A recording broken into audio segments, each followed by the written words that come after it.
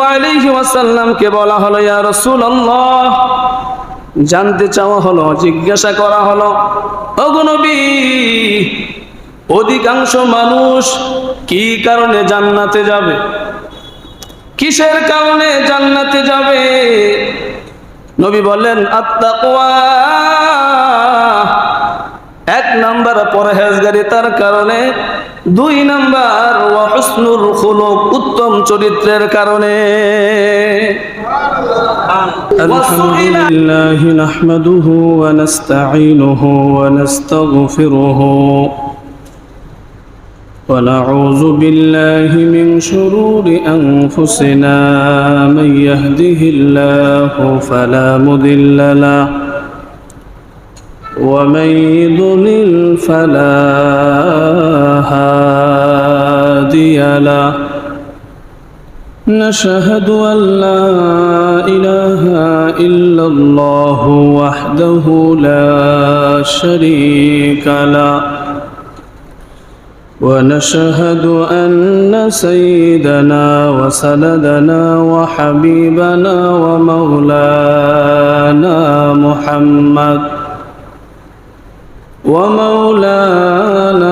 محمدا عبده ورسوله الذي أرسله بالحق بشيرا ونذيرا وداعيا إلى الله بإذنه وسراجا منيرا. أما بعد فأعوذ بالله من الشيطان الرجيم. بسم الله الرحمن الرحيم. وإنك لعلى خلق عظيم. وقال رسول الله صلى الله عليه وسلم: وإنما أبغض الرجال إلى الله الألد الخصم، أو كما قال عليه الصلاة والسلام. إن الله وملائكته يصلون على النبي يا أيها الذين آمنوا صلوا عليه وسلموا تسليما. সবাই দরুদ পড়ি। আল্লাহুম্মা সাল্লি আলা মুহাম্মাদিন ওয়া আলা আলি মুহাম্মাদ কামা সাল্লাইতা আলা ইব্রাহিম وعلى آل إبراهيم إنك حميد مجيد. اللهم بارك على محمد وعلى آل محمد كما باركت على إبراهيم وعلى آل إبراهيم إنك حميد مجيد. بلغ العلا بكماله كشف الدجى بجماله حسنة جميع خصاله صلوا عليه وآله. সকলে মহব্বতে আল্লাহ পাকের জিকির করি, লা ইলাহা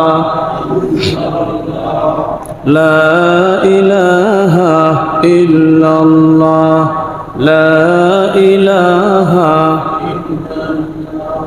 লা ইলাহা ইল্লাল্লাহ লা ইলাহা। তুমি কাউকে বানাইলা খলিলুল্লাহ, কাউকে বানাইলা কালিমুল্লাহ। তুমি কাউকে বানাইলা খলিলুল্লাহ, কাউকে বানাইলা কালিমুল্লাহ। বিশ্ব নবীকে বানাইলা তুমি তোমার প্রিয় হাবিবুল্লাহ লা ইলাহা লা ইলাহা লা ইলাহা ইল্লাল্লাহু মুহাম্মাদুর রাসূলুল্লাহ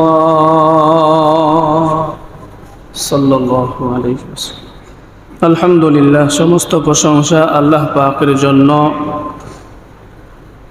যে মহান মালিক, যে মহান মনিব আল্লাহ সুবহানাহু ওয়া তাআলা আপনাদেরকে আমাকে দুনিয়ার সমস্ত ঝামেলা থেকে মুক্ত করে, সমস্ত কাজ থেকে ফারাক করে পবিত্র দিন জুমার দিন পবিত্র ঘর মসজিদে যে মালিক আমাদেরকে জুমার নামাজ আদায় করার জন্য মসজিদে হাজির করে দিলেন, উপস্থিত করে দিলেন, ওই মালিকের প্রতি শুকরিয়া জানাই। সকলে জবান খুলে উঁচু আওয়াজে সমস্বরে একসাথে বলি আলহামদুলিল্লাহ।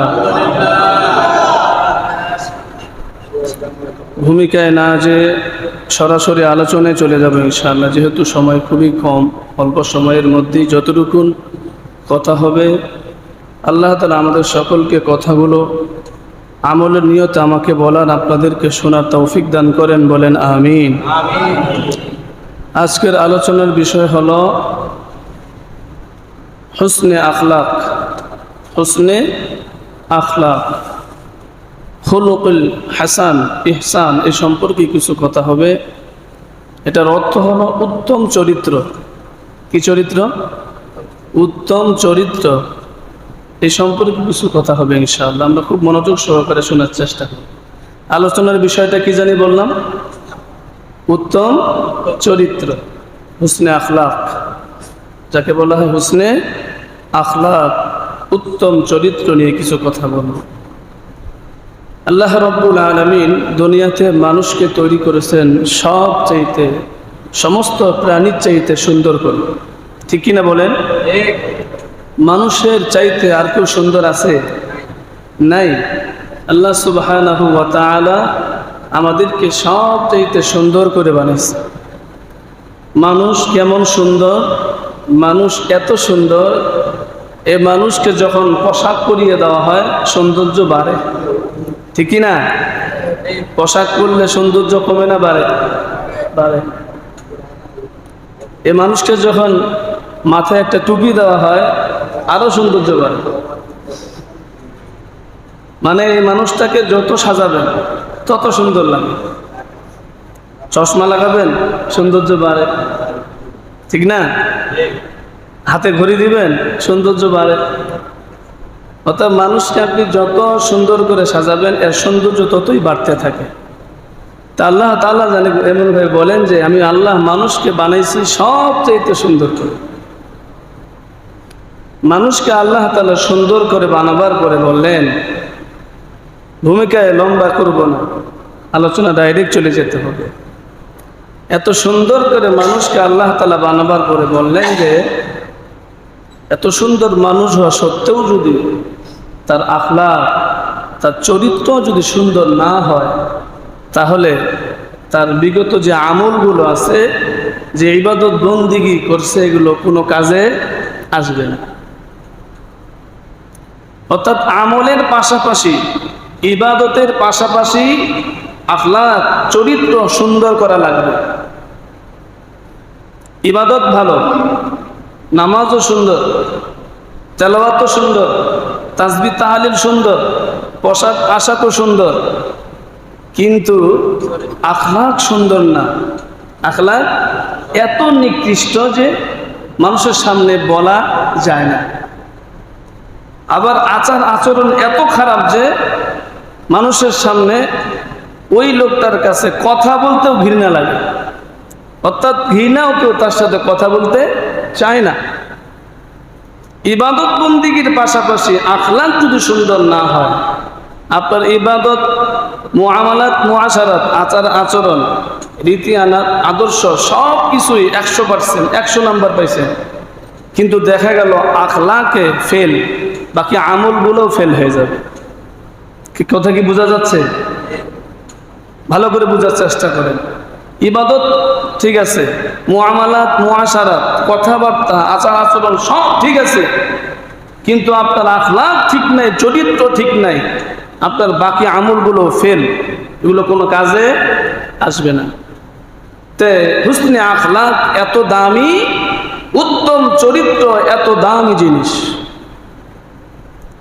হুসনে আখলাক উত্তম চরিত্র, উত্তম চরিত্রটা কেমন জিনিস এটা আমরা 3 ভাগে ভাগ করতে পারি। কয় ভাগে? 3 ভাগে ভাগ করতে পারি।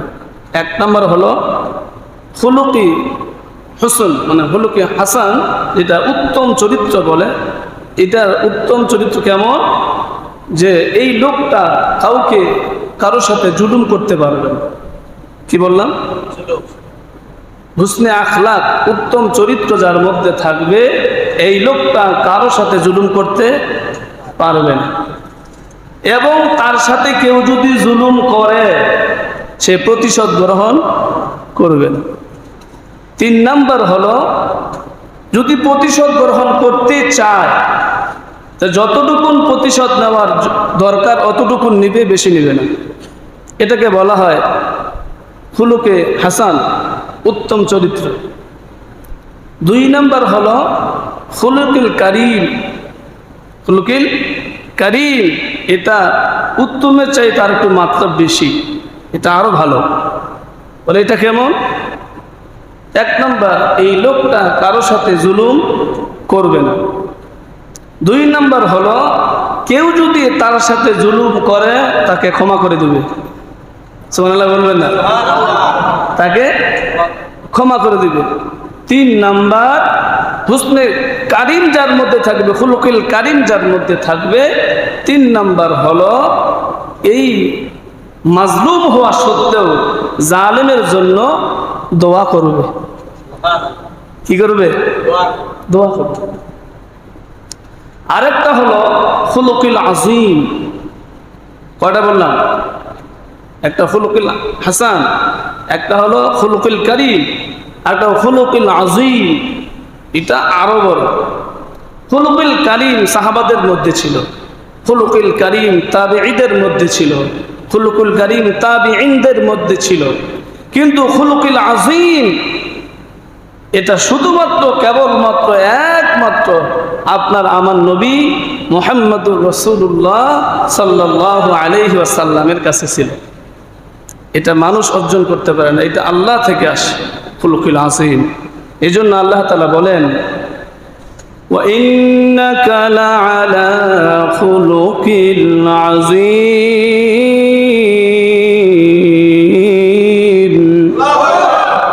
খুলুকুল আজিম,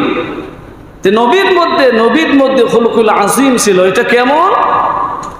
বলে এই মানুষটি কারো সাথে জুলুম করাও কল্পনাও করতে পারবে না। জুলুম যে করবে এটা কল্পনাও করবে না। কথা বোঝা যায়? যার মধ্যে খুলুকুল আজিম থাকবে, মানুষটা কোনোদিন কারো সাথে জুলুম করার কল্পনাও করবে না। জুলুম তো দূরের কথা, কল্পনাও করবে না। 2 নাম্বার তার জন্য সাথে সাথে ক্ষমা, সাথে সাথে কি? ক্ষমা। 3 নাম্বার প্রতিশোধ নেওয়ার শক্তি থাকা সত্ত্বেও, প্রতিশোধ নেওয়ার শক্তি থাকা সত্ত্বেও প্রতিশোধ গ্রহণ করবে না, নিবে না। 4 নাম্বার যার মধ্যে খুলুকুল আজিম থাকবে, এই লোকটা সে তো তাকে জুলুম করলো, মাজলুম হওয়া সত্ত্বেও আবার তাকে সান্ত্বনা দিবে, মারি খাওয়ার পরেও সান্ত্বনা দিবে, দোয়া তো করবে, আগে সান্ত্বনা দিবে। তা নবীর মধ্যে ছিল। কিতাবের মধ্যে আপনি পাবেন নবীজি সাল্লাল্লাহু আলাইহি ওয়াসাল্লাম ইহুদির বাড়িতে কুয়া থেকে পানি উঠানোর জন্য দায়িত্ব নিলেন। জানেন না ঘটনা? অনেকেই জানেন। কুয়া থেকে পানি ওঠানোর দায়িত্ব নিলেন। পানি উঠাচ্ছেন কি হিসাবে? 1 বালতি পানি উঠালে 2টা খেজুর দেওয়া হবে।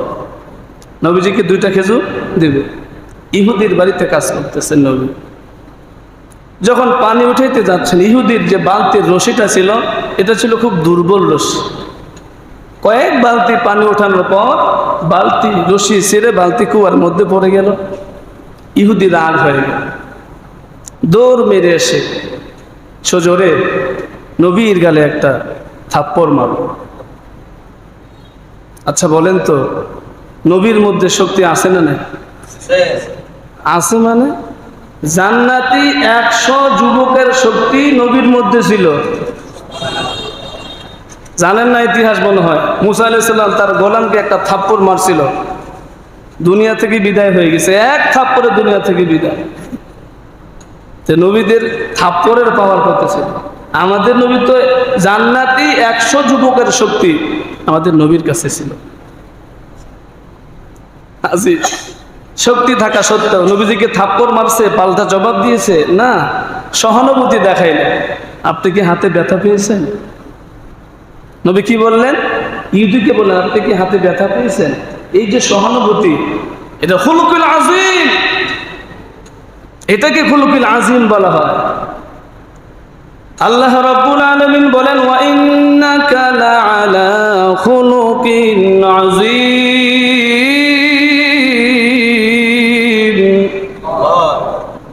আল্লাহ রাব্বুল আলামিন বলেন, নবী আমি আপনাকে উত্তম চরিত্র দিয়ে দুনিয়ার মধ্যে পাঠাইছি। এই আযীম শব্দটা হলো আল্লাহর সিফাতি নাম। আল্লাহ তাআলা বলেন, এই আযীম শব্দটা যেমন আমি আল্লাহর সিফাতি নাম, আমি আল্লাহ যেমন মহান, আমি আল্লাহ যেমন মহান, আমি আল্লাহ যেমন তুলনা হয় না, ঠিক তদ্রূপ আযীম শব্দটা আমি আমার নবীর কাছে আযীম শব্দটা লাগাই দিয়া গোটা দুনিয়ার মানুষদেরকে জানাই দিলাম। যেমন আযীম শব্দটা আমি আল্লাহ সিফাতি নাম, যেমন আমি আল্লাহর কোনো তুলনা হয় না, ঠিক তদ্রূপ আমার নবীর উত্তম চরিত্রের কোনো তুলনা হয় না। অনেকে সুবহানাল্লাহ কোন নাই, মন খারাপ নাকি আপনাদের? হ্যাঁ, মন খারাপ মনে হইতেছে, জোরে কোন সুবহানাল্লাহ। এবার হইছে, এবার ঠিক আছে। দুর্বল হলে তো সমস্যা। উত্তম চরিত্র কেমন জিনিস? রাসূলুল্লাহ সাল্লাল্লাহু আলাইহি ওয়াসাল্লামকে বলা হলো, ইয়া রাসূলুল্লাহ, জানতে চাওয়া হলো, জিজ্ঞাসা করা হলো, ওগো নবী, অধিকাংশ মানুষ কি কারণে জান্নাতে যাবে? কিসের কারণে জান্নাতে যাবে? নবী বললেন, আত-তাকওয়া, 1 নাম্বার পরহেজগারিতার কারণে, 2 নাম্বার ওয়া হুসনুল খুলুক, উত্তম চরিত্রের কারণে। ওয়া সুইলা, আবার জিজ্ঞাসা করা হলো, ইয়া রাসূলুল্লাহ, বলে যারা জান্নাতে যাবে এটা বুঝলাম, অধিকাংশ মানুষ কি কারণে জাহান্নামে যাবে? আল্লাহর নবী বলেন, 1 নাম্বার আল ফামু, জবানের হেফাজত করবে না। 2 নাম্বার ওয়াল ফারজু, লজ্জা স্থানের হেফাজত করবে না। এই জবানের কারণে আর লজ্জা স্থানের কারণে অধিকাংশ মানুষ জাহান্নামে যাবে। কি বোঝা যায় কথা? জবানের কারণে আর লজ্জা স্থানের কারণে অধিকাংশ মানুষ জাহান্নামে চলে যাবে। আর 2 কারণে অনেক মানুষ জান্নাতে যাবে। 1 নাম্বার হলো তাকওয়া, 2 নাম্বার ওয়া হুসনুল খুলুক, উত্তম চরিত্রের কারণে জান্নাতে যাবে। ইবাদত বন্দেগী ভালো, নামাজ ভালো, মুআমালাত মুআশারাত ভালো, তাসবিহ তাহলিল ভালো, পোশাক আশাকটাও ভালো, সবকিছুই সুন্দর, কিন্তু তোমার চরিত্র, তোমার আখলাক সুন্দর না, সবকিছুই ফেল, কোনো কাজে আসবে না, কোনো কাজে আসবে না। এজন্য ইবাদতের পাশাপাশি আখলাকটাও সুন্দর করা লাগবে। কেমন সুন্দর, কেমন সুন্দর করা লাগবে? এই দুনিয়াতে যত নবী রাসূল আল্লাহ রাব্বুল আলামিন পাঠাইছেন, সব নবীর মাঝে হুসনে আখলাক ছিল, উত্তম চরিত্র ছিল সব নবীর মাঝে। কিন্তু আপনার আমার নবী মুহাম্মাদুর রাসূলুল্লাহ সাল্লাল্লাহু আলাইহি ওয়াসাল্লামের মধ্যে সর্বোত্তম চরিত্র ছিল। কেমন চরিত্রের অধিকারী আমার নবী ছিলেন হাদিসের মধ্যে পেয়েছি। এত সুন্দর চরিত্র ছিল, আল্লাহ রাব্বুল আলামিন জানায় দেয় ওয়া ইন্নামা লাআলা খুলুকিন আযীম। আল্লাহ রাব্বুল আলামিন বলেন, নবী আমি আপনাকে পাঠাইছি উত্তম চরিত্র দিয়ে দুনিয়ার মধ্যে পাঠাইছি। ভিন্ন আয়াতে আবার বলেন লাকাদ কানা লাকুম ফি রাসূলিল্লাহি উসওয়াতুন হাসানাহ। আল্লাহু আকবার। উসওয়াতুন হাসানাহ, দুনিয়ার মানুষদেরকে আল্লাহ তাআলা জানায় দেয় রাসূলুল্লাহর মাঝে তোমাদের জন্য রয়েছে উত্তম আদর্শ। রাসূলুল্লাহ সাল্লাল্লাহু আলাইহি ওয়াসাল্লামের মাঝে কেমন হুসনে আখলাক ছিলেন, কেমন উত্তম চরিত্র ছিল। নবীজি একদিন মসজিদের মধ্যে বসা, সাহাবারাও বসা, দেখা গেল জৈনক একজন ব্যক্তি বেদুইন মসজিদের ভিতরে প্রবেশ করল। মসজিদের ভিতরে যাইয়া মসজিদের এক কোণায় দাঁড়াইয়া মসজিদের ভিতরে পেশাব করা শুরু করে দিল। পেশাব করতেছেন, সাহাবীরা রাগে ফায়ার, ধরতে যাবে এমন সময় নবী ডাক দিলেন দাউহু ওয়াহারিকু আলা বাউলিহি সাজলাম মিম্মা। নবী বলেন এ সাহাবীরা তাকে ছেড়ে দাও, ভালো করে পেশাব করতে দাও। আও যুনুবাম মিম্মা, এবং ওই পেশাবের মধ্যে এক বালতি পানি ঢেলে দাও। ফালাম বুইসতুম মুয়াসসিরিন, কারণ তোমাদেরকে খারাপ আচরণ করার জন্য পাঠানো হয় নাই, তোমাদেরকে পাঠানো হয়েছে কোমল হৃদয়ের জন্য, বিনম্র আচরণের জন্য তোমাদেরকে পাঠানো হয়েছে। ওয়ালাম তুবআসু মুআসসিরিন, কঠোর হওয়ার জন্য, খারাপ আচরণের জন্য তোমাদেরকে পাঠানো হয় নাই। ইবনে মাজার মধ্যে এসেছে, উল্লেখ আছে এমন ভাবে ফালাম ইউআল্লিক ওয়ালাম ইয়াসুব, যখন ওই বেদুইন লোকটা মসজিদের ভিতরে পেশাব করা শুরু করে দিল, পেশাব হয়ে যাওয়ার পর আল্লাহর নবী তাকে কোনো গালমন্দ করলেন না, ধমকও দিলেন না, গালমন্দ করলেন না। ফাকালা, শুধু এতটুকুন বললেন ইন্না হাযাল মসজিদ, এটা হলো মসজিদ, লা ইউবালু ফি, এখানে পেশাব করা সমুচিত নয়। ওয়া ইন্নামা বুনিয়া, এটা নির্মাণ করা হয়েছে লিজিকিরিল্লাহি ওয়া লিসসালাহ, আল্লাহ জিকির করার জন্য আর নামাজ পড়ার জন্য। ধমক দিছেন, গালমন্দ করছেন, করেন নাই। যদি এরকম অনাকাঙ্ক্ষিত ঘটনা আমাদের মসজিদে ঘটত, আমাদের চোখের সামনে ঘটতো, আমরা কি করতাম? আগে বিসমিল্লাহ ছাড়াই পিটন শুরু কর, ঠিক কিনা বলে? আগে সাইজ কর, আগে পরে বিচার, আগে সাইজ করে না, এরপরে বিচার। আমাদের অবস্থা এমন হতো।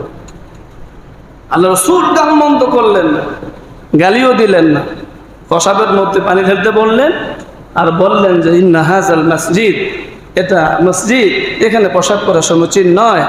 আদবের সহিত বিনম্রভাবে কোমল হৃদয়ে যখন এই কথাগুলো বললেন, তখন ওই লোকটা, বেদুইন লোকটা মুসলমান হয়ে গেল। এই ছিল উত্তম চরিত্র নবীর মাঝে ছিল। আল্লাহর নবী সাল্লাল্লাহু আলাইহি ওয়াসাল্লাম কেমন উত্তম চরিত্রের মানুষ ছিলেন, তার মধ্যে কেমন হুসনে আখলাক ছিল, কিতাব পড়লে বুঝতে পারবেন। আল্লাহর নবী মুহাম্মাদুর রাসূলুল্লাহ সাল্লাল্লাহু আলাইহি ওয়াসাল্লামের শরীরে মশা মাছি পড়া হারাম, ঠিক কিনা বলেন?